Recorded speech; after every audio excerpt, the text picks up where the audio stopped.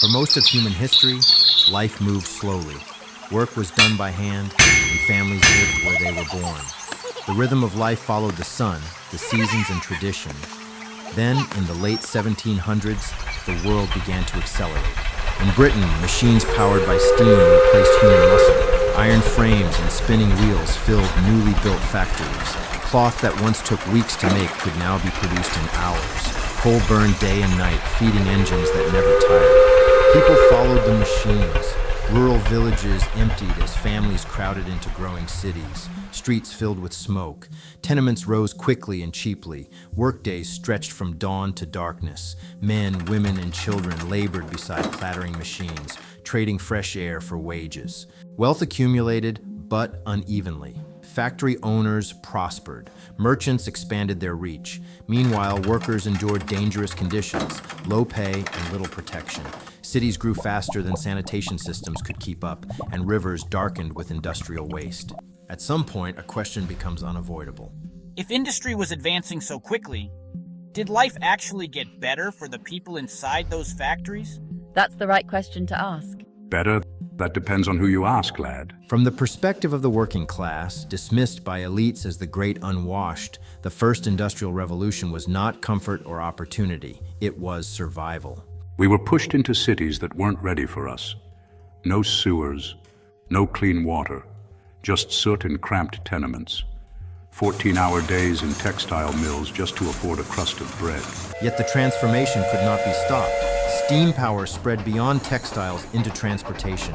Railroads stitched regions together. Goods moved faster than ever before, and markets expanded.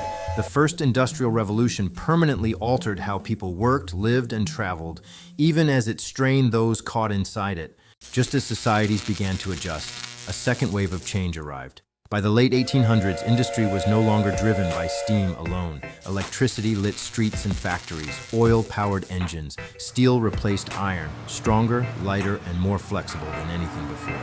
Production became faster, larger, and more precise. Inventions reshaped daily life. Light bulbs pushed back the darkness. Telephones collapsed distance. Assembly lines turned manufacturing into a continuous flow, producing goods for millions rather than thousands. Factories grew larger, machines grew more complex. Operating steel lathes, electrical grids, and chemical plants required skill, and skill brought leverage. Workers noticed. One major effect of the Second Industrial Revolution was the rise of organized labor.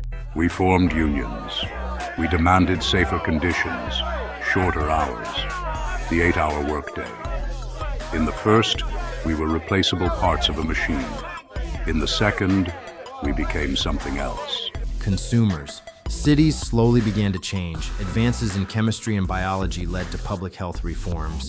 Underground sewers, clean water systems, vaccinations, education expanded. Middle-class neighborhoods grew. Inequality remained, but standards of living improved for many. The Second Industrial Revolution did not erase the damage of the first, but it proved something critical. Progress could be shaped, not just endured. By the early 1900s, the world was unrecognizable compared to a century earlier. The effects of the First and Second Industrial Revolutions reshaped economies, societies, governments, and the global balance of power. And now, the world is changing again. Artificial intelligence, automation, and robotics are beginning to replace routine thinking, just as steam replaced muscle and electricity multiplied productivity. This moment feels new, but the pattern is familiar. Just remember, lad, every rise in standard of living was paid for in sweat, and won by voices that refused to stay quiet. So, what happens to people this time? History gives us a clear answer. Work does not disappear, it changes. Old jobs vanish, new ones emerge. Productivity rises faster than protections. Inequality widens before reforms catch up, unless societies act sooner. That is the lesson the industrial revolutions leave us.